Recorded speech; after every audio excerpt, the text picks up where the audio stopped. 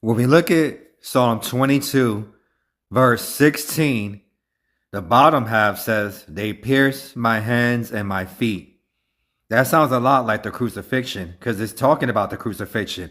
Now, who wrote Psalm 22 and when exactly was it written? When we Google it, Psalm 22 is traditionally attributed to King David, so we know who wrote it, and is believed to have been written around 1000 BC.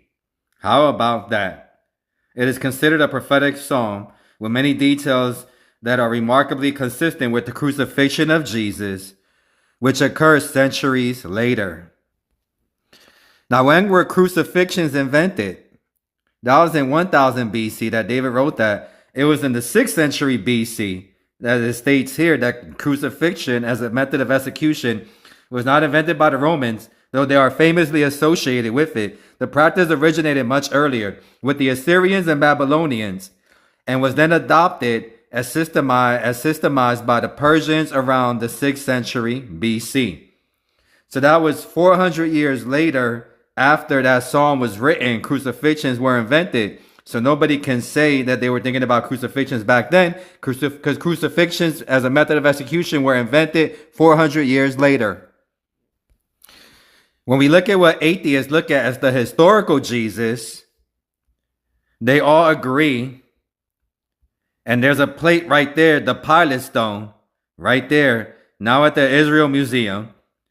There is widespread disagreement among scholars on the details of the life of Jesus mentioned in the Gospels and narratives and on the meaning of his teachings. Scholars differ on the authority of specific episodes described in biblical accounts of Jesus, but almost all modern scholars consider his baptism and crucifixion to be historical facts. Most scholars in the third quest for the historical Jesus consider the crucifixion indisputable. It's indisputable. There's even a webpage on the crucifixion of Jesus on Wikipedia that talks about it. Historicity. In scholarship on the historical Jesus, the baptism of Jesus and his crucifixion are considered to be the two most certain historical facts about Jesus. How about that?